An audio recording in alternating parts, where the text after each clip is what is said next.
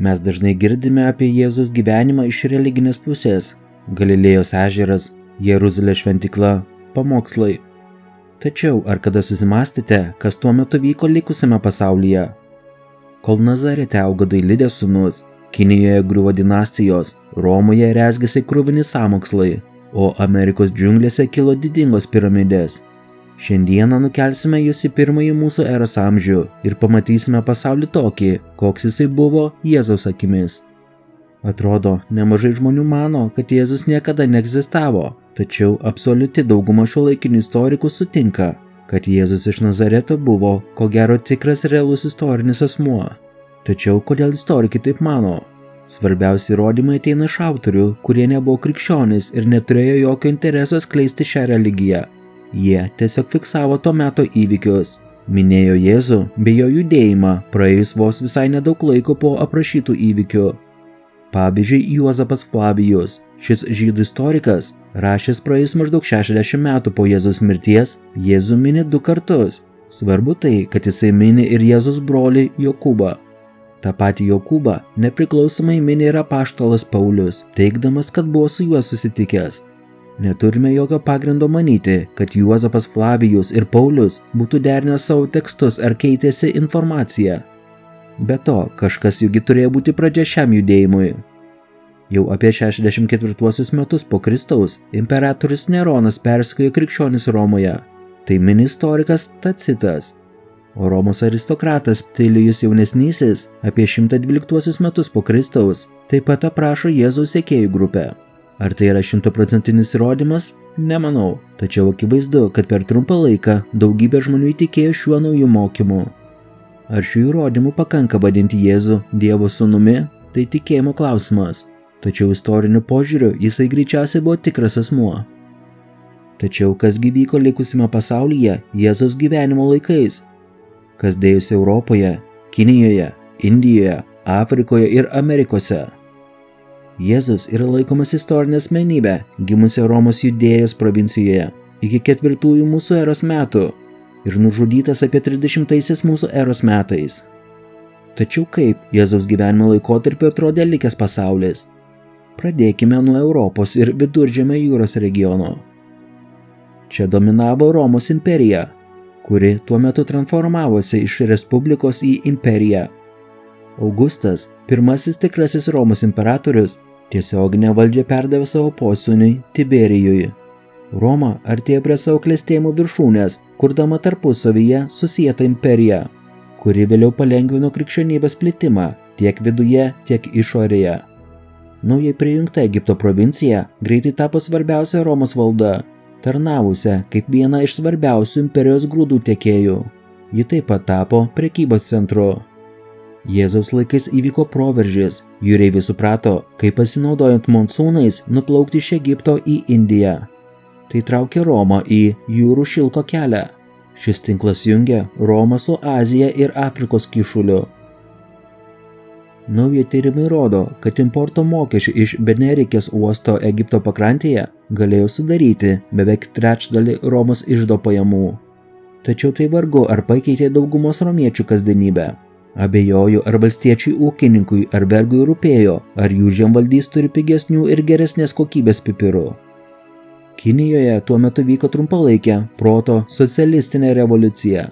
Bang Mangas, naujasis imperatorius, užėmė sostą ir nedelsdamas ėmėsi turto perskirstimo. Jis apribojo turtingųjų žemės valdas, o perteklių atidavė žemę dirbantiems valstiečiams. Valdovas praktiškai panaikino vergiją, apmokestindamas vergų turėjimą taip stipriai, kad tai tapo nebeįmanoma. Jis uždraudė pardavinėti žemę ir vietoj to suteikė tam tikrą socialinę apsaugą nelaimės atveju. Imperatoriaus Vango politika integruoti valstybę ir visuomenę buvo nesėkminga ir gerokai pralenkė savo laiką. Jam nepavyko sulaukti palaikymo iš svarbių institucinių žaidėjų. Diduomenė nekentė prarandamo turto, biurokratai grobstė perskirstimui skirtą žemę, o valstiečiai gavo mažai, nors buvo žadėta daug. Tai pabrėžia, kad reformoms reikia tiek kultūrinio, tiek institucinio palaikymo. Jei šalis nėra pasiruošusi, net geriausias politinės idėjos bus pasmerktos žlugti. Pakrantės dykumose Peru Naskos kultūra atgaivino senas geoglifų kūrimo tradicijas.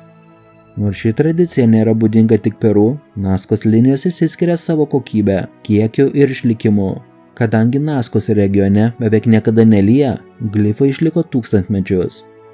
Nors nesame tikri dėl jų paskirties, žinome, kad giedrą dieną juos galima matyti iš Andų kalnų. Tai būtų buvęs tikras reginys prieš 2000 metų. Oaxacos slėnyje Meksikoje Zapotekų miestas Monte Albanas išgyveno politinį pakilimą. Tai buvo vienas aktyviausių miestų Amerikoje, turėjo sudėtingą drėkinimo sistemą ir monumentalią architektūrą. Nors Monte Albanas dominavo regione, centrinėje Meksikoje pradėjo formuotis naujos galios centras – Teotihuacanas. Per kelias šimtmečius jisai tapo vienu didžiausių miestų pasaulyje. Šios kultūros paliko mums įspūdingas piramides ir meno kūrinius, kurie vis dar žavi mokslininkus. Tuo tarpu rytuose nuo Romos plytėjo didžioji jos varžovė Partų imperija. Ji valdė didžiulės teritorijas dabartinio Irano, Irako ir rytų Turkijos vietose. Partų raiteliai buvo garsūs savo kovos menais, ypač gebėjimu šaudyti iš lanko. Būtent per Partų imperiją driekėsi pagrindiniai prekybos maršrutai tarp Romos ir Kinijos. Tai buvo kultūros katilas, kuriame susidūrė graikų, persų ir vietinės tradicijos. Partai taipogi kontroliavo svarbius miestus, tokius kaip Petra. Nors Petra buvo nepriklausoma, Nabatėjų karalystės sostinė, ji klestėjo dėl prekybos tarp Partijos ir Romos. Jėzaus laikais Petra buvo savo šlovės viršūnėje. Tai tas pats miestas, kurį šiandieną žinome dėl uolose iškaltų šventyklų. Dar toliau į šiaurę ir rytus, centrinės Azijos stepėse dominavo klajoklių gentys, tokios kaip Hiongų. Jie nuolat kėlė grėsmę Hanų dinastijos Kinijai, todėl kinai statė didžiąją sieną. Šie klajokliai ne tik kariavo, bet ir buvo pagrindiniai prekių bei idėjų pernešėjai visoje Euroazijoje.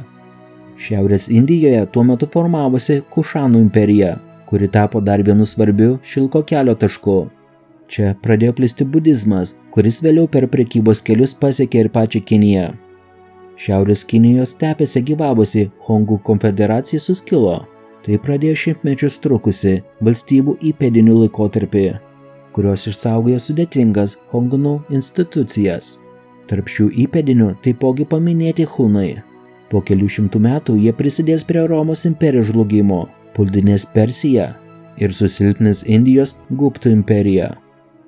Jomon žmonės susidūrė su migrantais iš Korėjos pusiasalio, Jajoj kultūrą. Jajoj atnešė ryžių auginimą užlietuose laukuose, bronzos apdirbimą ir japonų kalbos šaknis. Japoniška kalba iš tikrųjų kilo iš Korėjos pusiasalio, kur jos buvo naudojamas dar kelius šimtus metų po šio laikotarpio, kol jas galutinai išstūmė korėjiečių kalbos. Ohajo slėnyje Jungtinėse valstijose gyveno Hopewell kultūra. Ši kultūra statė ceremoninius žemės pylimus. Ši tradicija dar tęsiasi kelius šimtus metų po Kristaus gimimo. Žymiausias pavyzdys – Gyvatės pylimas. Aksumo valstybė, esanti Etiopijoje, išgyveno formavimusi etapą. Romėnų šaltinyje mini kaip Indijos vandenyno prekybos tinklo dalį. Savo klestėjimo viršūnę Aksumas pasiekė 4 amžiuje po Kristaus. Iš vakarų ir centrinės Afrikos plito bantų migracija, nešdama žemdirbystę, gyvulininkystę ir geležies apdirbimą į rytinę bei pietinę Afriką. Polinezijos ekspansija jau buvo pasiekusi Fidži, Tongą ir Samoa. Tolimesnė ekspansija į tolimąjį Polinezą sustojo maždaug 1000-mečiui. Šis laikotarpis vadinamas ilgąja pauze. Tuo metu vyko intensyvi ir vidinė migracija ir genų maišymasis su Melanezijos populiacijomis. Indija buvo vieninga. Šiaurėje paskutinės Indijos graikų karalystės atiteko klajokliams Indijos kitams. Pietų Indija, Čera dinastija, valdė prekybinius kelius pietvakarių pakrantėje, kurie buvo glaudžiai susiję su Indijos vandenyno prekyba. Indijoje buvo rasta romėnų ir graikų artefaktų bei gyvenviečių pėdsakų, o Egipto uostuose rasta Budos statulų ir įrašų tamilų kalba, kas įrodo tiesioginį ryšį tarp Indijos ir Romos imperijos per Egiptą. Jėzaus gyvenimo laikotarpis įvyko pačiame pasaulio istorijos lūžio taške, kai senosios imperijos pasiekė savo apogėjų. o naujos idėjos pradėjo plisti per kelius, kuriuos nutiesė Romos legionieriai. Pasaulis tuo metu buvo mažesnis ir labiau susietas, nei mums atrodo. Koks istorinis faktas iš šio laikotarpio jūs nustebino labiausiai? Rašykite komentaruose. O dabar ačiū, kad žiūrėjote ir iki susitikimo kitame įdomiosios dokumentikos video. Patinka įdomioji dokumentika ir norite daugiau kokybiško turinio, ne tik apie mūsų supantį pasaulį, bet ir apie Lietuvos istoriją? Prisidėkite prie turinio kokybės gerinimo, mus paremdami per Contribui platformą. Nuorodas rasite po kiekvieno video aprašymo. Taipogi galite prisidėti per YouTube ačiū funkciją, pasirinkdami paramos sumą. Jūsų palaikymas leistų mums tobulėti ir vystyti įvairiausių video projektus, tokius kaip Lietuvos miestų istorija. Pažinkime mūsų supantį pasaulį kartu su įdomiaja dokumentika.